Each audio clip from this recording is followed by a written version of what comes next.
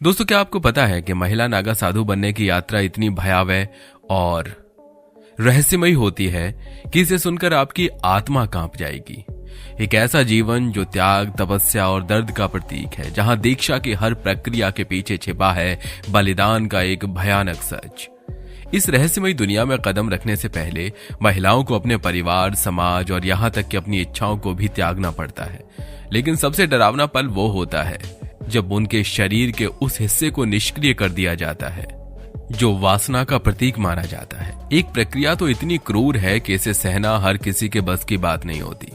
लेकिन ये तो बस शुरुआत है। महिला नागा साधुओं को अपनी पहचान मिटाकर खुद का पिंडदान करना पड़ता है।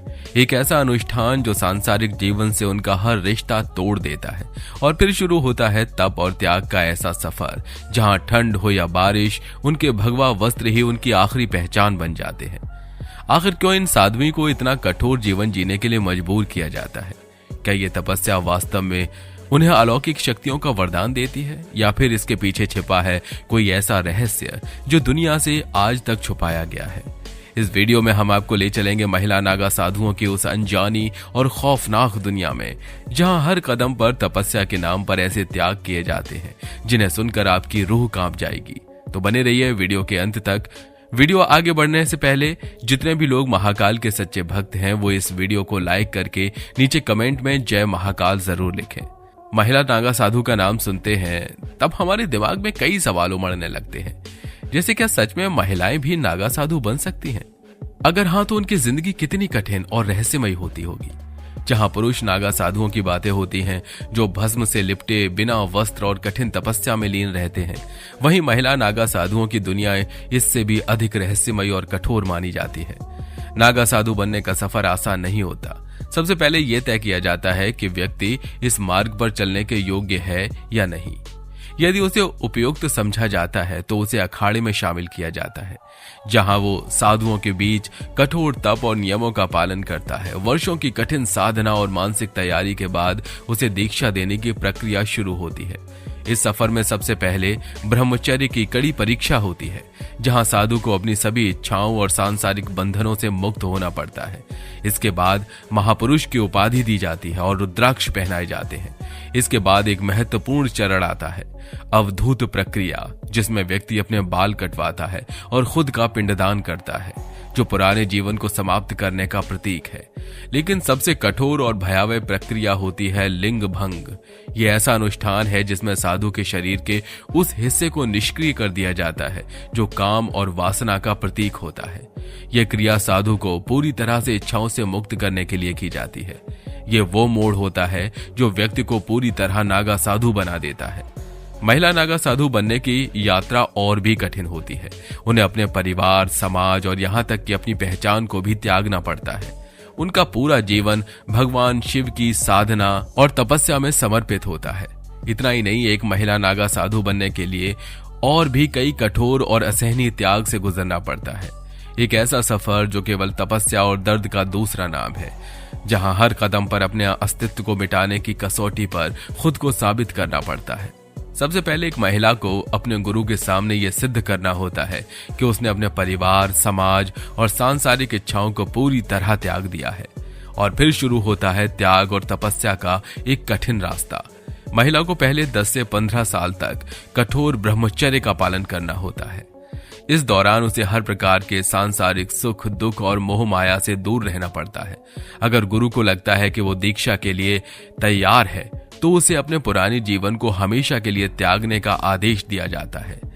यह प्रक्रिया इतनी गहन होती है कि महिला को खुद का पिंडदान करना होता है, यानी वो अपने परिवार और समाज के लिए मृत मान ली जाती है। इसके बाद महिला का मुंडन कराया जाता है और उसे पवित्र नदी में स्नान कराया जाता है, ताकि वो खुद को पूरी तरह से शुद्ध कर सके और सांसारिक दुनिया को हमेशा के लिए अलविदा कह सके। लेकिन ये तो सिर्फ शुरुआत है। महिला नागा साधु का हर दिन तप और साधना से भरा होता है। वो दिन रात भगवान शिव की आराधना और अखाड़े के कठोर नियमों का पालन करती है। सबसे बड़ी बात यह है कि महिला नागा साधु को पुरुष नागा साधुओं की तरह निर्वस्त्र रहने की अनुमति नहीं होती। उन्हें भगवा वस्त्र धारण करने पड़ते हैं जो उनका पहचान बन जाते हैं। चाहे ठंड हो या गर्मी या बारिश, उनका भगवा कपड़ा ही उनकी पहचान बनता है और उनका जीवन तपस्या और त्याग का प्रतीक बन जाता है। आपको जानकर आश्चर्य होगा कि महिला नागा साधुओं को तीर्थ स्थल पर भी नग्न अवस्था में स्नान करने की अनुमति नहीं होती, जबकि उन्हें अखाड़े में माता कहकर सम्मानित किया जाता है।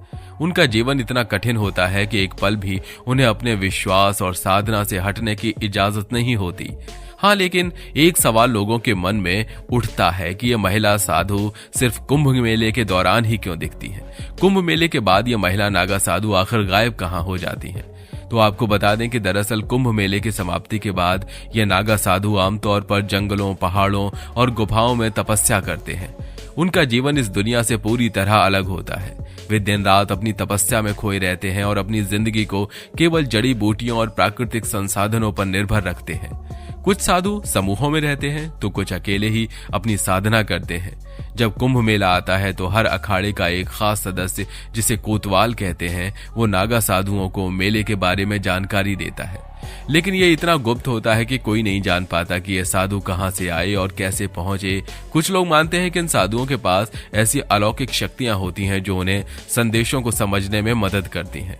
इतना ही नहीं, आपको ये जानकर और भी हैरानी होगी कि केवल भारतीय महिलाएं ही नहीं बल्कि विदेशी महिलाएं भी नागा साधु बनने में रुचि रखती हैं। जर्मनी, अमेरिका, रूस और नेपाल जैसे देशों से महिलाएं भारत आती हैं और नागा साधु बनती हैं। वे अपने आरामदायक जीवन को छोड़कर इस कठोर साधना का हिस्सा बनती हैं। इनमें से कई महिलाएं शिक्षित और युवा भी होती हैं, लेकिन उनके लिए साधना सिर्फ और सिर्फ ईश्वर से जुड़ने का एक माध्यम बन जाती है। महिला नागा साधु का जीवन एक अजीबोगरीब यात्रा होती है जो त्याग, तपस्या और दर्द से भरी होती है। इन साधुओं का जीवन पूरी तरह से भगवान शिव के प्रति समर्पण और अद्वितीय बलिदान का प्रतीक है। ये महिलाएं अपने परिवार, समाज और सभी सांसारिक इच्छाओं को छोड़कर केवल एक उद्देश्य के लिए जीती हैं, भगवान शिव की सेवा। लेकिन उनका जीवन सिर्फ साधना नहीं है, ये एक रहस्य है। कुंभ मेले में जब महिला नागा साधु अपनी भव्यता में दिखती हैं, तो वो सिर्फ बाहरी रूप होती हैं। उनका गुप्त जीवन कभी सामने नहीं आता। आप सोच सकते हैं ये साधु कहाँ रहते हैं, किस तरह अपनी साधना करते हैं। वे पर्वतों की गुफाओं में छिपकर तपस्या करते हैं, लेकिन यह सफर आसान नहीं होता। हर कदम पर उन्हें त्याग और कठोर तपस्या की कड़ी प्रक्रिया से गुजरना पड़ता है। और सबसे हैरान करने वाली बात यह है कि महिला नागा साधु को न सिर्फ शरीर के कष्ट सहने पड़ते हैं, बल्कि उन्हें वो कष्ट भी झेलना पड़ता है जो कोई आम इंसान कभी नहीं समझ सकता। तपस्या का ये जीवन उन्हें किसी अलौकिक शक्ति से जोड़ता है, लेकिन उनका अस्तित्व पूरी दुनिया के लिए एक अनसुलझा सवाल बना रहता है। जब आप अपनी अगली बार कुंभ मेले में इन महिला साधुओं को देखेंगे तो याद रखिएगा कि उनका जीवन सिर्फ तप और त्याग से भरा नहीं है, बल्कि ये हमें सिखाता है कि इच्छा शक्ति और विश्वास के बल पर हम किसी भी मुश्किल को पार कर सकते हैं। तो दोस्तों, अब आप ही मुझे बताइए कि महिला नागा साधु के जीवन ज्यादा कठिन है या पुरुष नागा साधु का? आप अपनी राय नीचे कमेंट में जरूर दें। और हाँ, वीडियो अगर पसंद आया हो तो वीडियो को लाइक करें, इसे अपने दोस्तों के साथ शेयर करें। और हाँ, अगर आप हमारे चैनल पर नए हैं तो नीचे दिए गए लाल बटन को दबाकर चैनल को सब्सक्राइब जरूर कर लें।